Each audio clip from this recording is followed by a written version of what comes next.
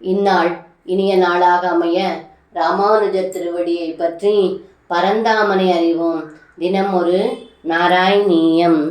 கோரே தஸ்மின் சூரஜா நீரவாசே தீரே விருக்ஷா விஷதாஸ்வேலவேகாத் பக்ஷிவ்ராதா பேதுரப்ரேபதந்த காருண்யாத்ரம் வம்மனஸ்தேன ஜாத்தம்.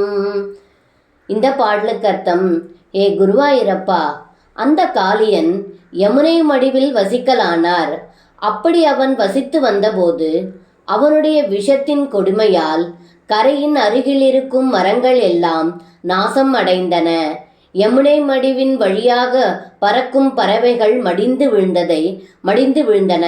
இதை கண்ட தங்கள் மனம் கருணையால் உருகி நின்றீர்கள் என்று இந்த பாடலில் பட்டத்திரி சொல்கின்றார்.